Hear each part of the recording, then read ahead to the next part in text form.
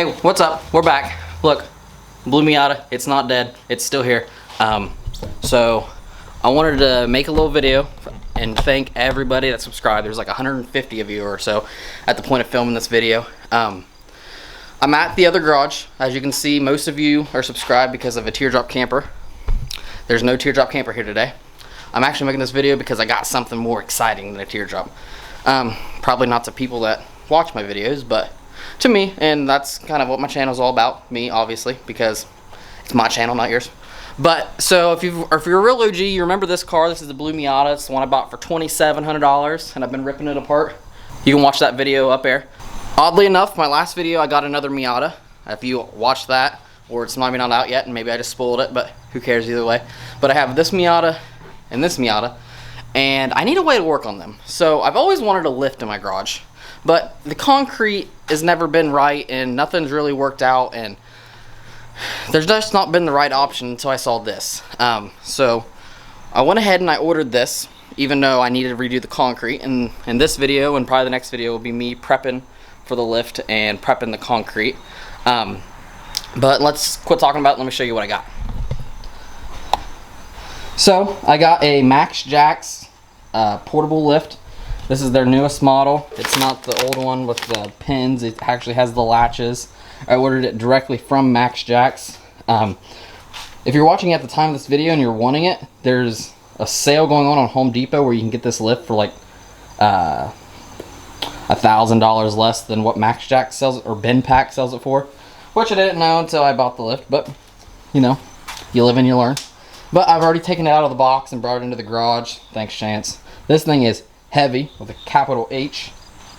I have all the stuff here. Here's the power pack, or whatever, the pump, the hydraulic stuff, all the hydraulic lines and all the pads and lifters and everything you need. More parts for the cart.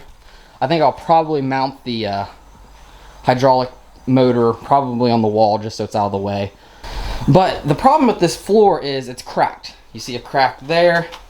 There's a crack there that runs the whole length. There's a crack here that runs over. That crack runs over. It's definitely not suitable for a lift. Now this lift only requires 4 inches or 4¼ inches or 4½, depends what part of the manual you read. There's so many different versions of this lift, it's crazy. But 4½ inches was the deepest one I saw. So I drilled a test hole right there, and it goes 4½ inches, and it keeps on going. But they don't want you to mount it to anywhere close to a crack. And I don't think there's a rebar on this floor, but depending, like going back to the manual, depending on where in the manual you read, you require rebar sometimes and you don't require rebar sometimes. So I just want to be safe. Obviously I don't want a Miata coming down on my head. That would not feel good. So it brings us to where to place it. I went back and forth on where I wanted to put it. I was going to put it back there just so I could work on this car. But then again, I'll have to move that car a lot. I'm going to get some dollies. That'll be another video that I'm going to be working on starting the day. Put some dollies on this car so I can move this car around. But I thought about putting it here in the center.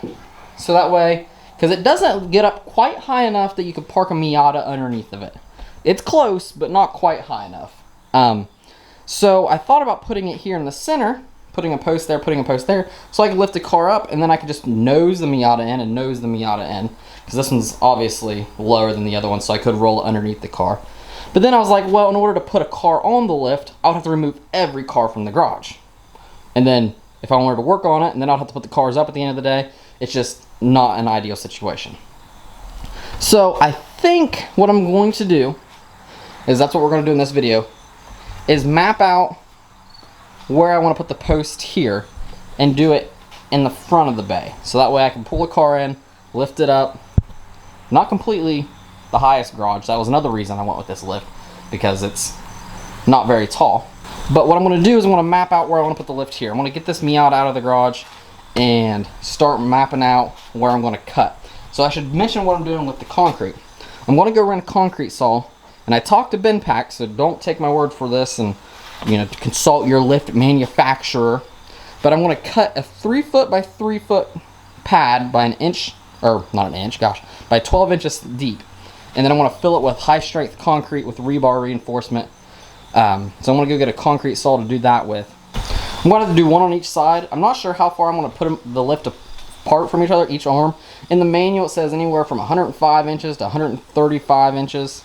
So I think I want to do the widest that I can since I'm redoing the concrete anyway. Obviously the closer it is to the car, the less strength that you need, but if I'm going to redo the concrete anyway, I want to probably space it out and give myself the most amount of room that I can.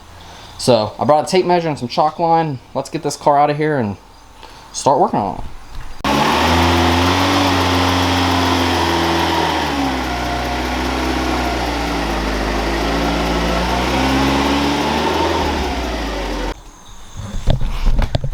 Alright, so I moved some stuff around. I have the lifts kind of dry place where I want them. I decided, just from eyeballing it and doing some measurements, I got 9 feet from the wall, and then they measured in the manual from the back of it to the back of it. They said you can do anywhere from 105 inches to like 135. They recommend like 110 for small car. But I also have a Jeep and some stuff, and I'd like to be able to fit the tires and stuff in between the two. So they said you can go up to 135. So I did 11 inches, or 11 feet, which I think is 132 or so. Don't quote me on that math. But it's 11 feet from back of the post to back of the post. And 17 inches or 16 inches from each wall. So it's centered in the room. And then, like I said, 9 foot I measured there to there. You can see I've marked a line at 9 feet. And this one's barely sitting on the line at 9 feet. Yeah, right there. So the next thing I want to do is, I want to measure out and get at least a 3 foot square below the pad. It might be a little bigger, it might be a little, I won't go any smaller, but it might be a little bigger depending, especially on this side, depending on how I do it. So I want to measure out that and figure out where the cut lines are. And once I figure that out, I'll probably chalk line those and snap them lines. So let's get to it. Alright, so I have it all chalk lined out. They're about 3 feet by 3 feet wide.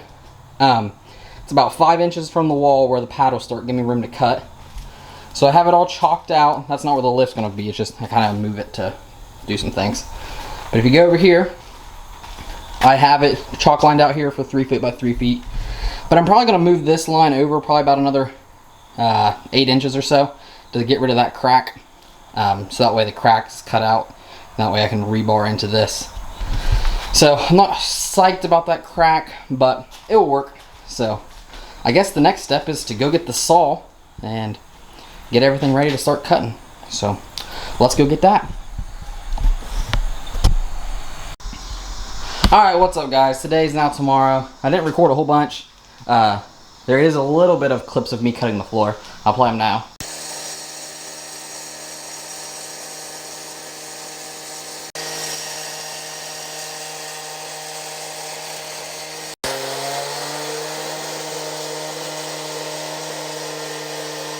But we got the floor cut. We got, this one's a little wider, got a little crooked, and I cut a 45 degree just to kind of help break it up. I read on somewhere that helps a lot. But I've hit it with a sledgehammer a few times, and it started to crack. Same thing with over here. Got the 45. This one's gonna be a little harder, but it's starting to crack. But got it all cut. I have the saw loaded up in the Jeep. This thing made a mess, but the water was definitely the way to go versus dust everywhere. The water pump stopped working a few times, and man, did it fill the garage with dust. But the water pump, definitely the way to go. If you have a hose, that'd be even better.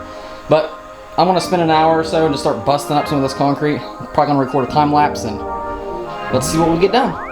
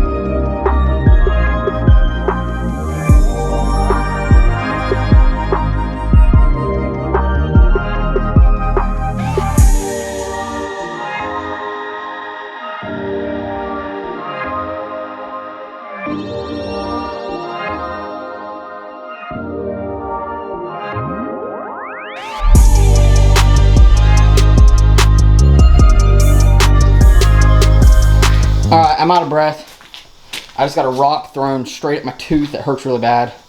But I got one hole completely, all the concrete out. Still needs dug down. This hole's fighting me. This hole over here had a crack in it. I think that helped a lot, but my God, this one's fighting me. So I'm calling it quits for today. My lip hurts really bad. So I'm out of here.